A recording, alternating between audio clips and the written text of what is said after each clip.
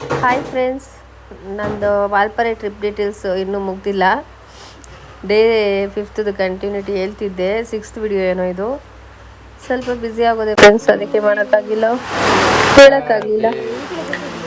ಬಾಲಾಜಿ ಟೆಂಪಲಿಂದ ಬಂದು ಅವತ್ತು ನನ್ನ ಮಗಳ ಬರ್ಡೇ ಇತ್ತು.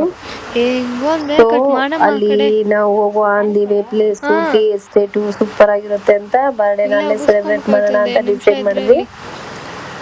ಅಲ್ಲೇ ನಾವು ಒಂದು ಕೇಕ್ ತಗೊಂಡು ಬಂದು ಟೀ ಎಸ್ಟೇಟ್ ಒಳಗಡೆ ಸೆಲೆಬ್ರೇಟ್ ಮಾಡೋಕ್ಕೆ ಅಂತ ಹೋದ್ವಿ. ಅಲ್ಲಿ ವಾಚ್ಮನ್ಗಳು ಮಾಡಬಾರ್ದು, ಹಂಗೆ ಹಿಂಗೆ ಪರ್ಮಿಷನ್ ಇಲ್ಲ ಅದೆಲ್ಲ ಮಾಡೋಕ್ಕೆ ಅಂತ ಬಡ್ಕತ್ತಿದ್ರು.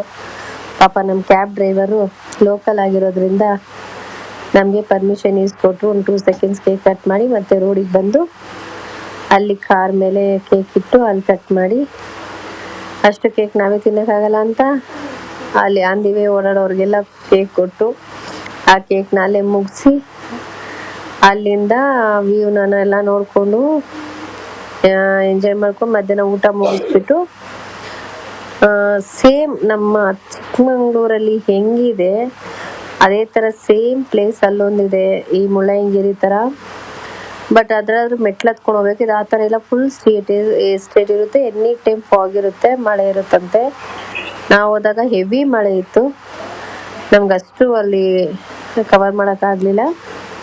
ಅದನ್ನು ನೆಕ್ಸ್ಟ್ ವಿಡಿಯೋದಲ್ಲಿ ನಿಮಗೆ ತೋರಿಸ್ತೀನಿ. Okay, thank you for watching.